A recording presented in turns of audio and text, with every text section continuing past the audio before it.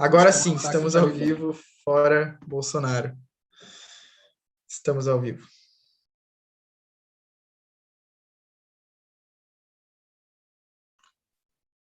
Boa noite, Lucas, boa noite, Walter Pomar, boa noite para todo mundo que está assistindo a gente aqui pelo YouTube, pelo Facebook, e também quem vai assistir depois o nosso programa semanal sobre conjuntura, o antivírus. Hoje a gente vai falar sobre o tema Talibãs de verde e amarelo. E vamos começar com uma recapitulação do que aconteceu na conjuntura, especialmente do Brasil, nos últimos 10 dias. Walter, com a palavra. Boa noite, Lucas. Boa noite, Natália. Boa noite a quem está nos assistindo e também cumprimento a quem vier nos assistir futuramente. A gente está meio rindo aqui porque nós já fizemos tudo isso há 5 minutos atrás. Deu um problema na conexão, então nós estamos recomeçando. Bom, eu queria começar destacando que a crise é o elemento central da conjuntura e a crise tem um pano de fundo econômico e social. E tem várias dimensões, da internacional até a ambiental, passando pela energética. Mas hoje a gente vai se concentrar na crise política e institucional, cujo epicentro é a relação entre o governo federal e o Supremo Tribunal Federal. Em outras palavras, é uma crise no andar de cima, é uma disputa essencialmente interelites, essencialmente entre golpistas light e golpistas hard. E é sempre bom lembrar disso, porque tem gente da esquerda que tem memória curta e fica achando que o que está ocorrendo é uma disputa entre golpistas e democratas, quando, na verdade, uma parte importante da disputa é entre diferentes tipos de golpistas. Vamos lembrar, não foram exatamente os bolsonaristas, mas sim a direita gourmet, quem embarcou com armas e bagagens no golpe contra Dilma e no golpe contra Lula, que foi a origem de toda essa caca que está aí. E vamos lembrar também que, mais ou menos golpistas, eles são todos neoliberais. O Supremo Tribunal Federal decidiu nesta quinta-feira, tá certo? Por 8-2, rejeitar uma ação do Partido dos Trabalhadores e do PSOL e manteve a validade da lei que deu autonomia ao Banco Central. É isso aí. Nessas grandes batalhas, esses caras têm lado. Isso posto, a situação é mesmo extremamente tensa e pode se agravar, cabendo especial atenção para o dia 7 de setembro. Frente a essa situação tensa, há pelo menos 3 posturas na esquerda brasileira. Tem a turma do PCO, que anda defendendo esquisitices do tipo apoiar o impeachment do Alexandre Moraes, defender o voto impresso, se solidarizar com Roberto Jefferson. Tem a tática do que a gente vai chamar aqui de esquerda moderada, que propõe uma frente ampla em defesa das instituições, incluindo nessa frente a direita neoliberal e incluindo nessas instituições até mesmo esse Congresso, onde a boiada segue passando. E existe a tática da esquerda, que não confunde tomada com focinho de porco, e que, por isso mesmo, defende que não podemos nem devemos deixar a solução da crise na mão dos golpistas, seja os golpistas gourmet, seja os golpistas cavernícolas. A saída para a crise não está no Congresso, nem está no Judiciário. Aliás, não vamos nos esquecer das corretas críticas que nós fizemos à judicialização da política e à partidarização do judiciário. Por tudo isso, a nossa posição é ampliar ao máximo as manifestações de rua, tomar todas as precauções contra provocações e estar muito atento para as movimentações de Bolsonaro et caterva. É preciso especial atenção para a situação de Brasília e de São Paulo, 2 cidades em que Bolsonaro anunciou que pretende participar do 7 de setembro. E é necessário que a direção do PT se reúna e debata em profundidade este cenário, com destaque para a situação nas polícias militares e para as movimentações ruralistas pró-Bolsonaro. Pois o fato é que, à medida que Bolsonaro cai nas pesquisas, cresce a sua agressividade. Além desse seu estilo e a tática preferidas do cavernícola, esticar a corda também é funcional, pois abre espaço para as Forças Armadas se fantasiarem de poder moderador. Nesse particular, Bolsonaro é como aquele bode na sala. Se amanhã o Partido Militar resolver se livrar dele, é possível que apareça algum prócer de esquerda aplaudindo Mourão e os milicos. A agressividade de Bolsonaro, combinada com a sua atual fragilização eleitoral, também abre espaço para o Centrão se capitalizar. Todos sabemos como e a que preço. Nesse contexto, o nosso papel, o papel da esquerda, não é defender as instituições. Nosso papel é defender as liberdades e os direitos do povo, e quem pode fazer isso é o povo. Por isso, cabe às esquerdas fazer de tudo para garantir o protagonismo popular. Por exemplo, ocupando as ruas e fortalecendo a unidade dos movimentos fora Bolsonaro, especialmente em torno da luta contra a carestia, a fome e o desemprego. Motivos para isso existem e existirão cada vez mais. Hoje, nós temos a pandemia, a fome, a inflação e o desemprego. E há sinais de que essa situação deve piorar. Paradoxalmente, essa terrível situação econômica e social do povo está sendo acompanhada de um crescimento das receitas dos governos estaduais e federal, o que dá a eles maior capacidade de incidir na disputa política e eleitoral que está em curso. Ou seja, no que diz respeito ao Bolsonaro, ele está criando dificuldades agora e vai tentar vender facilidades ali na frente. Bolsonaro trabalha para chegar nas eleições em melhores condições do que está hoje. E se não der certo, ele já deixou claro que não vai aceitar uma derrota. Se vai mesmo fazer algo e se vai ter força para isso, nós não sabemos. O que nós sabemos é que tem muita gente com medo, inclusive na CPI da Covid, que reuniu os elementos para dizer que esse cara merece ser empichado, mas tem muita gente que já está tremendo as pernas. Já a direita não bolsonarista, ela segue buscando viabilizar uma candidatura presidencial. Não existe, a preços de hoje, nenhum movimento de apoio a Lula no primeiro turno. E sobre o segundo turno, as promessas ou insinuações de hoje são tão sérias quanto o compromisso do Temer com a Dilma, ou seja, nada. Quanto a Lula, sua viagem pelo Nordeste confirmou o potencial de atração do ex-presidente, seja agora, seja no primeiro turno, seja no segundo turno, seja depois. A anulação do processo de Atibaia e de outros 16 processos indica que, se houver alguma tentativa de tirar Lula da disputa, essa tentativa não será como a que foi feita em 2018, o que, aliás, deve nos levar a reforçar muito a necessidade de medidas protetivas. Como diria um certo cavernícola, para bom entendedor, minha palavra basta. Por tudo o que nós dissemos antes, a esquerda deve preparar-se para a disputa eleitoral de maneira articulada com a nossa participação no movimento Fora Bolsonaro e com a defesa de medidas imediatas em defesa do povo. E sempre temos que lembrar que 2021 vem antes de 2022. Para vencer as eleições, para deter o golpe, para garantir a posse do eleito, é essencial que a maioria do povo deseje ativamente derrotar o bolsonarismo. Acontece que, na esquerda, há várias táticas na luta contra o bolsonarismo. Há, por exemplo, o pessoal que quer chegar a um acordo, inclusive com eles, ou que os trata com excesso de diplomacia. Veja a postura do senhor Quaquá, vice-presidente nacional do Partido dos Trabalhadores, frente ao governador Cláudio Castro, do Rio de Janeiro. Foi noticiado na imprensa, abre aspas. Na última terça-feira, 25, o governador de Rio de Janeiro, Cláudio Castro, do PL, se encontrou com lideranças políticas locais na cidade de Maricá para formalizar o repasse de recursos oriundos da quantia arrecadada com a venda da SEDAI. De cara, pessoal, vamos lembrar que essa privatização foi um absurdo, né? Começou em 2017, a privatização da Companhia Estadual de Águas e Esgoto do Rio de Janeiro. Naquela época, chegou a ter um caso, porque o deputado André Siciliano, tá certo? Ele, diferente de todos os parlamentares do partido que votaram contra a privatização da SEDAI, ele não fez isso.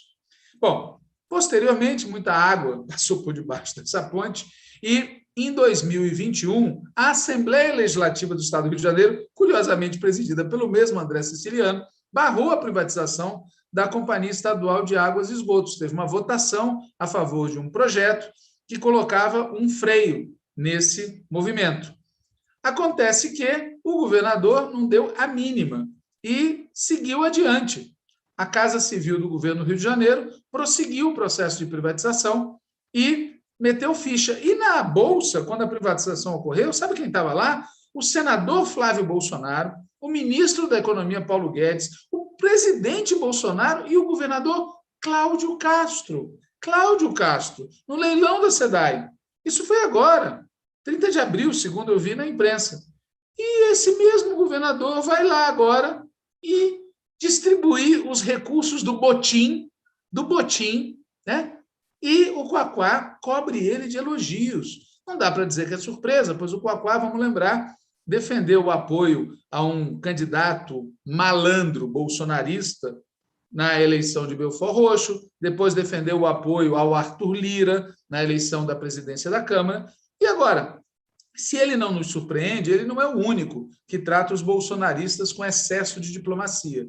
Veja a postura de alguns governadores de esquerda aderindo à convocação para um diálogo com Bolsonaro. Nessa segunda-feira, 23, representantes de 24 estados e do Distrito Federal fizeram uma reunião, dada a gravidade da crise, e decidiram pedir uma audiência com o Bolsonaro, gente.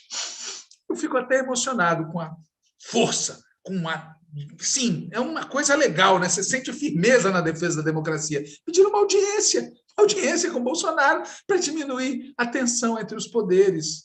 Veja bem, pessoal, é assim, eu não sei nem o que dizer. É melhor a gente dizer que a preocupação do companheiro nosso, Wellington Dias, que é o coordenador desse Fórum de Governadores, de evitar que os investidores deixem o país, é uma preocupação que, digamos, não é a preocupação número 1 que se deve ter quando se está frente a um golpe. Frente a um golpe, a gente deve reagir como aquela senhora que foi entrevistada ao vivo pela Record sobre o aumento de gasolina, e ela disse ao vivo, culpa do Bolsonaro. E o que deve ser feito? Perguntou a repórter. Tirar o Bolsonaro. Se a moça lá, no posto de gasolina, sabe disso, por que os governadores do PT, os parlamentares, digamos assim, adotam essa postura tão britânica de diálogo com o Bolsonaro?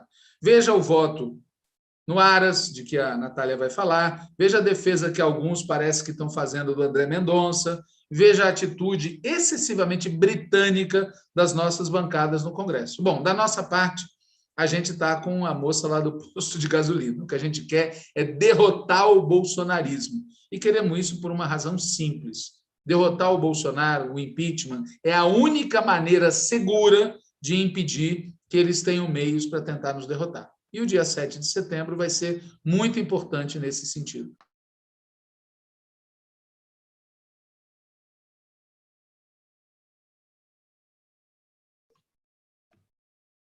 Então, gente, todo mundo está falando muito sobre os talibãs do Afeganistão, né?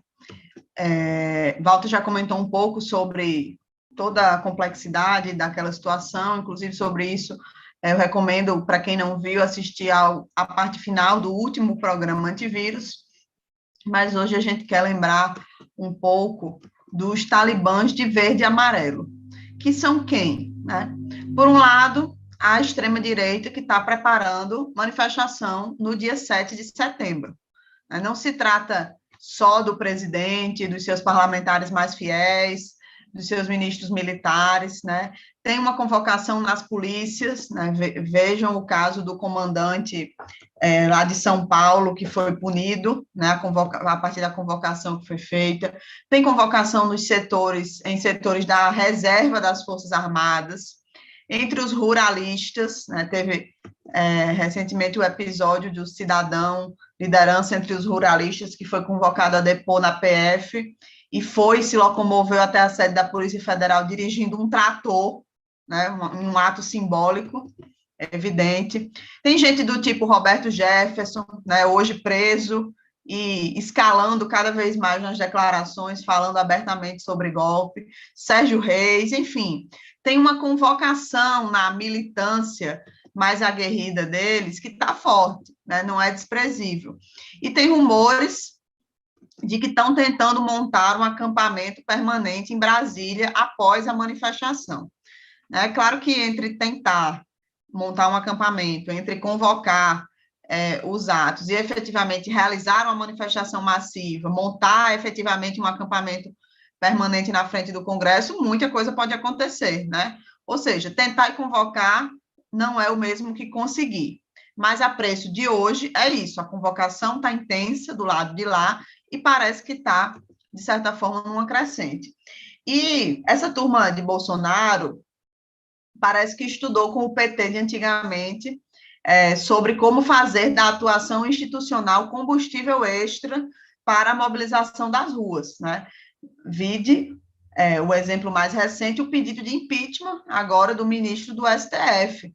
Né? Claro que a gente é contra esse impeachment, não por razões de princípio, não porque achamos que Alexandre de Moraes é um democrata, não porque achamos que o STF é a balança da democracia no Brasil, mas porque nesse momento e pelas razões do bolsonarismo, não cabe impeachment de ministro do Supremo. Né? Obviamente, a gente tem zero ilusão com essa turma do Supremo, com essa turma da direita não bolsonarista, né, que são golpistas, que são defensores do programa ultraliberal, que pavimentaram o caminho para essa situação que o país está vivendo, que pavimentam esse caminho desde 2016, se voltar um pouquinho mais, desde 2014, na verdade, né?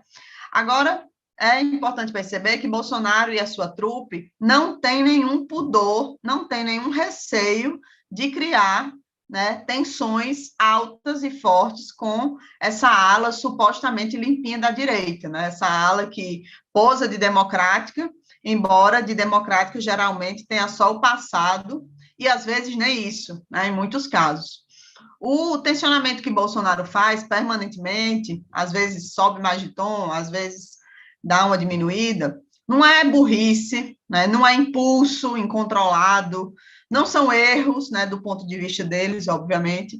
Esse tensionamento alimenta a radicalização de uma base militante, que, vamos lembrar, a gente não pode nunca esquecer disso, essa base militante do bolsonarismo comprou a ideia de que Bolsonaro é antissistema, né? Então, esse jogo duplo, permanente, né, de um lado é parte do Estado profundo, e de outro lado, finge que é um outsider, né, faz parte dessa postura, né, dessa concepção da extrema-direita nas disputas políticas, que passa por essa imagem de Bolsonaro antissistema. Do mesmo jeito, como eles estudaram, como agiu o PT de antigamente, né, falando, obviamente estou falando aqui uma imagem, a gente tem que estudar o que eles estão fazendo muito bem, né, sem superestimar, né, sem impressionismo, mas também sem subestimar e achar que é tudo uma grande bravata, porque não é uma coisa nem outra, né?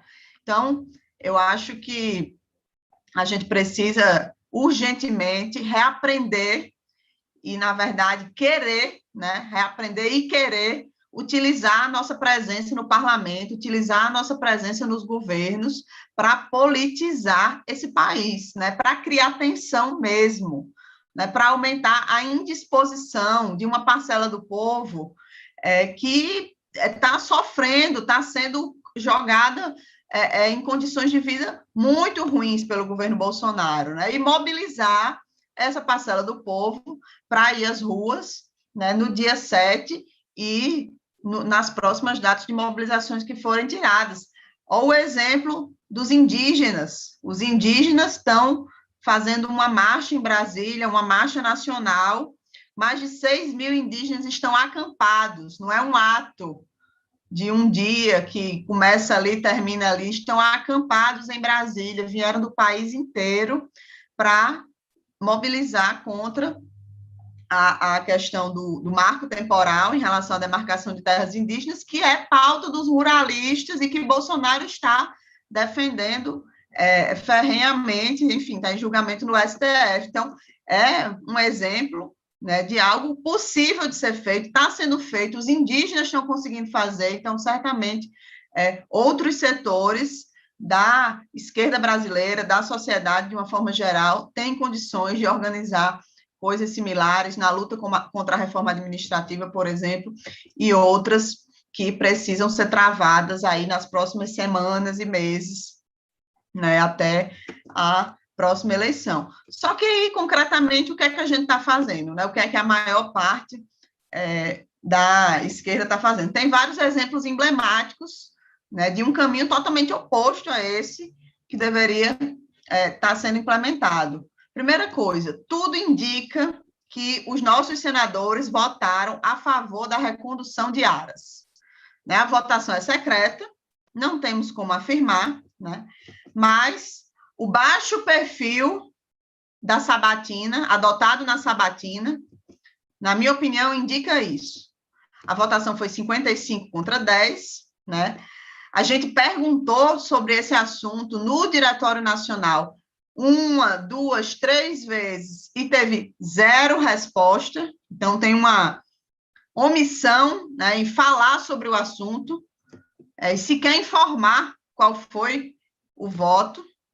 Né? As redes sociais dos nossos 6 senadores, dos 6, 5 não falaram nada sobre o assunto, nem postaram um banner, não divulgaram suas posições. Né? O senador Rogério Carvalho foi o único que falou sobre o assunto, postou nas suas redes sociais o vídeo da sua intervenção na sabatina, baixo perfil, né, cobrando de Aras compromisso com a democracia, coisas genéricas, enfim, uma pergunta que, inclusive, na minha opinião, corrobora com essa suspeita de que, como eu disse, não posso afirmar, a votação é secreta, eles precisam informar qual foi a posição que eles adotaram, a gente vai seguir perguntando sobre esse assunto, mas não se posiciona, né, nem no vídeo da sabatina, nem depois em nenhuma outra postagem que eu tenha encontrado. Se alguém viu algum posicionamento, depois comenta aí, que a gente pode fazer a retificação aqui, mas eu procurei no Instagram hoje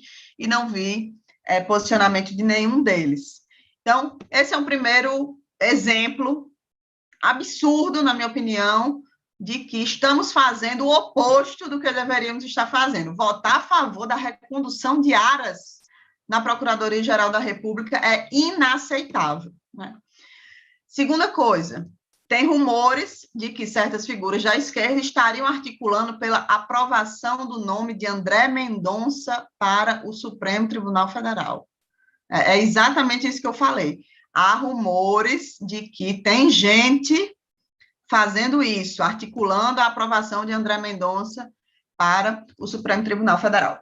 Diferentemente da situação de Aras, que a direção do partido não debateu o assunto e não tirou posição, em relação a André Mendonça, a Executiva Nacional debateu o assunto. Não tem posição escrita, formalmente votada. No entanto, do que eu me recordo da discussão, ninguém defendeu que a gente fosse a favor de apoiar a indicação de André Mendonça. Pelo contrário, né, todo mundo que falou a respeito falou contra votar em André Mendonça. Então, esse é um outro exemplo absurdo, né? Esses rumores precisam ser desmentidos veementemente, e o partido precisa tirar uma posição pública formal contra essa indicação, e inclusive trabalhar para que essa indicação seja barrada. Um outro exemplo, outros 2 exemplos são esses que Walter já comentou aqui, né? Os governadores estão aí nessa tal articulação, né? De longe parece uma coisa democrática, legal, juntar 24 dos 27, mas concretamente é um chamado ao diálogo que inclui Bolsonaro, né? Como se o que a gente tivesse que fazer fosse conter Bolsonaro, né? E como se alguém nessa altura do campeonato achasse que é possível conter Bolsonaro através do diálogo. Em que planeta esse pessoal vive, né? Então, assim, é um absurdo também, eu acho isso um erro, acho isso até meio patético, não sei como as pessoas não têm vergonha de chamar Bolsonaro para o diálogo. Ele não quer diálogo com ninguém, não quer diálogo com os governadores, está em guerra, muito menos com os de esquerda. Se prestar um papel desse, sinceramente, é uma vergonha. Né? A nossa tarefa é derrotar Bolsonaro, não é conter Bolsonaro, não é acalmar os ânimos de Bolsonaro, não é dialogar com Bolsonaro, é derrotar Bolsonaro nas ruas, nas urnas, no parlamento, onde mais a gente tiver que fazer enfrentamento contra ele. E a cereja do bolo, né? Aquela coisa, não nos surpreende, né? Vindo de quem veio, Walter já comentou aí sobre o vice-presidente nacional do PT, Quaquá, rasgando elogios ao governador bolsonarista Cláudio Castro, pela atenção que ele deu a Maricá, né? Uma coisa, assim, um municipalismo que é comovente. Então, esses são alguns exemplos, né? Isso para não falar sobre a questão da agenda de Lula no Nordeste, como o Walter disse, é uma demonstração que há uma capacidade de atração muito grande, né? Foi uma agenda fundamental no sentido de animar a militância, foi bem boa, ainda está sendo, né? Acho que hoje está terminando na Bahia, né? Mas tem muitas controvérsias sobre com quem conversou, com quem dialogou, com quem se abraçou, né? Qual o conteúdo, né? Por exemplo, lá no Rio Grande do Norte, conversou com o MDB, nada contra conversar com o MDB, mas o efeito prático disso tem sido, de forma geral, né, já ir encaminhando coisas em relação às alianças que não soam bem para a disputa, para o tipo de disputa que a gente vai travar no ano que vem, né? Ou seja, enquanto o bolsonarismo, mesmo sofrendo baques de popularidade, né, e mesmo diante dessa guerra entre as instituições, também sofrendo algumas baixas, como a gente está acompanhando o que está acontecendo, eles seguem mobilizando a sua tropa e fortemente empenhados em utilizar a presença institucional deles para alimentar a mobilização social. Agora, no início do antivírus, eu entrei na live, por acaso, sem querer, cliquei na live de Bolsonaro, que ele faz toda quinta, ao mesmo tempo que a gente está aqui no antivírus. Só no Instagram, mais de 25 mil pessoas assistindo, isso sem contar com o YouTube, Facebook. Nos 5 segundos que eu passei dentro da live, ele estava citando uma frase de Lula sobre ele, relacionada a Maduro, e começou a fazer disputa ideológica em relação à situação da Venezuela. Então, assim, faz isso o tempo inteiro, né? Na live que ele grava no Palácio do Planalto, com a estrutura da presidência, utiliza o tempo inteiro da sua presença, né, no governo federal, não só ele, mas os parlamentares fazem a mesma coisa, os governantes deles fazem a mesma coisa, para animar a tropa, né? Fazer disputa de consciência, fazer disputa de posição, e do nosso lado, o que eu sinto hoje, né? Espero fortemente estar enganada, mas tem um clima de arrefecimento das mobilizações, né? Que eu espero que no dia 7 isso se mostre uma impressão equivocada e que tenha muita gente nas ruas, né? E tem também um aprofundamento da conciliação, né? Tudo isso que a gente citou aqui são sinais evidentes disso, né? Aras, André Mendonça, diálogo com Bolsonaro através do Fórum dos Governadores, elogios ao governador bolsonarista do Rio de Janeiro, né? Tem um aprofundamento da conciliação, das ilusões, né? E do direitismo, né? Do mau acordo, da busca pelo mau acordo na nossa atuação institucional. É isso. Muito bem. Antes de entrar no que eu tinha planejado falar, um comentário sobre aquilo que a Natália disse acerca da votação no Aras. Veja, a votação é secreta, mas hoje é público e notório que esses cargos ganharam uma importância decisiva, não é uma questão menor. É muito importante para o país que se saiba como a bancada de oposição se posicionou, porque na eleição passada tudo indica que também a bancada do PT votou no Aras. E olha ele aí, que maravilha! É o espectador geral da República. Muito bem. Bom, eu queria, dito isso, voltar para um tema que está no nosso card, né? Quando a gente soltou esse card, Talibãs de verde e amarelo, algumas pessoas disseram que a gente estaria ofendendo o Talibã, o original. Do nosso lado, o que a gente quer destacar é que existe no Brasil uma perigosa força fundamentalista. Fundamentalismo religioso, racismo, misoginia e outras cocitas más.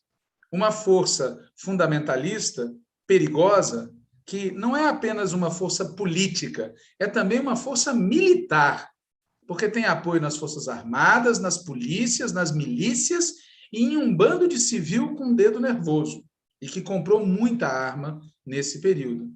Por esses e por outros motivos, a extrema-direita bolsonarista lembra os talibãs. Mas não exatamente os talibãs de hoje, mas sim os talibãs do passado, quando eles ainda não tinham esse nome e eram considerados os guerreiros da liberdade por ninguém mais, ninguém menos do que Ronald Reagan. Aqueles pré-talibãs foram financiados, armados e estimulados pelos Estados Unidos e pela classe dominante afegã para derrotar um governo progressista. Lembra alguma coisa?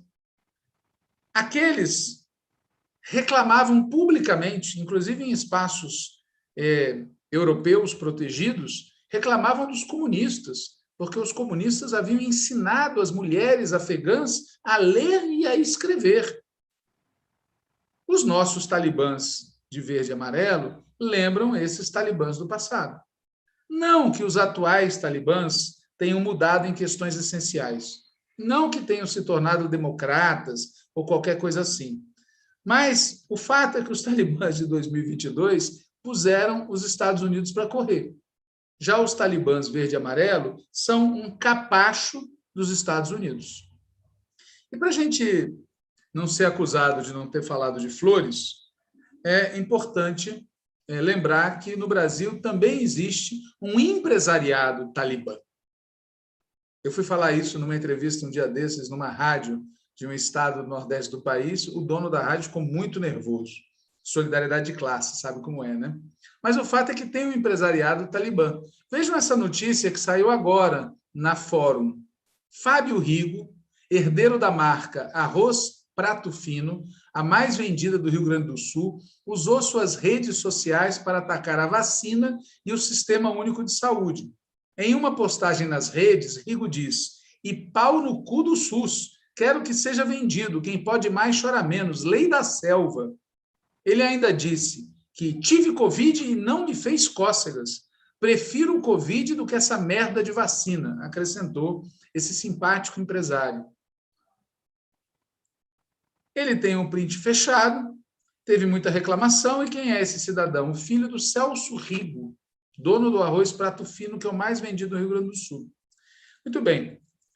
O post, evidentemente, gerou muita polêmica, a conta do Twitter do Fábio Rigo foi apagada e, convenientemente, na conta dele no Instagram, ele disse que ele teve a conta hackeada e acabou perdendo o acesso, que trouxe inúmeros problemas para ele, mas que ele já está adotando as medidas legais. Veja como é, né? Bom, o dono da Madeira, o dono da Havan, são outros exemplares desse grande empresariado talibã. Esse grande empresariado talibã não se preocupa com o povo, não se preocupa com a classe trabalhadora, não se preocupam nem mesmo com os pequenos e médios empresários que estão se arrebentando nessa crise, para a felicidade dos grandes. Os talibãs verde e amarelo adoram desfilar com as cores do Brasil e odeiam o vermelho. Parece aqueles desenhos animados daqueles touros, né? Você agitava um pano vermelho e eles ficavam... Pois bem, sobre isso, no dia 24 de agosto, teve um episódio curioso divulgado pela Lupa. A Lupa divulgou o seguinte: circula pelo WhatsApp o vídeo de um homem não identificado que, de dentro do carro, filma bandeiras verde e amarelas com faixas vermelhas na esplanada dos ministérios em Brasília. Isso aconteceu no 24 de agosto, hein? Ele se mostra surpreso e sugere que a ação partiu de grupos comunistas. Bom, evidentemente, a Lupa lembrou que essas bandeiras verdes e amarelas com uma faixa vermelha são a bandeira da Guiné-Bissau, tem uma visita oficial ao Brasil e, como sempre, se colocam as bandeiras, né? Então, enfim, a verdade, pessoal, é a seguinte: só a esquerda é capaz de defender os interesses nacionais e, por isso, a batalha do dia 7 de setembro é uma batalha com grande importância simbólica. E, nessa batalha, como estava óbvio que ia acontecer, tá certo? A direita gourmet tem lado. Não sei se vocês estão acompanhando, que primeiro o governo do estado de São Paulo criou todos os obstáculos possíveis para impedir, contra o que diz a lei e a regulamentação do próprio governo, que a esquerda pudesse fazer seu ato na Paulista. e entregaram, o governo do Dória entregou para os bolsonaristas a Paulista no dia 7 de setembro. E agora ele está dizendo que a Secretaria de Segurança Pública vai impedir que haja um ato de esquerda, mesmo que seja no Anhangabaú. Não é genial isso? Não é genial? Ou seja, ele vai garantir que na data nacional, quem possa se manifestar é a direita, lá no centro da cidade de São Paulo. Óbvio que isso vai gerar muito conflito. Vamos ver o que a coordenação aí da campanha Fora Bolsonaro decidirá a respeito. Espero que decidam manter a mobilização, mesmo que sejam obrigados a ir para um local mais distante. Agora, o fato é que o que está em jogo é aquilo que a gente falou no início. Quem vai ter protagonismo nessa disputa? E da direita gourmet, a gente não deve esperar nada. E da direita bolsonarista, a gente sabe o que a gente deve esperar. Como a gente falou, eles têm um jeitinho talibã, parecem talibãs, lembram os talibãs, no que de pior os talibãs têm. Era isso que eu queria falar. Obrigado. Obrigada, Walter. Então é isso, gente. Com esse último comentário, a gente encerra o nosso antivírus e até a próxima quinta. Boa noite a todos e todas.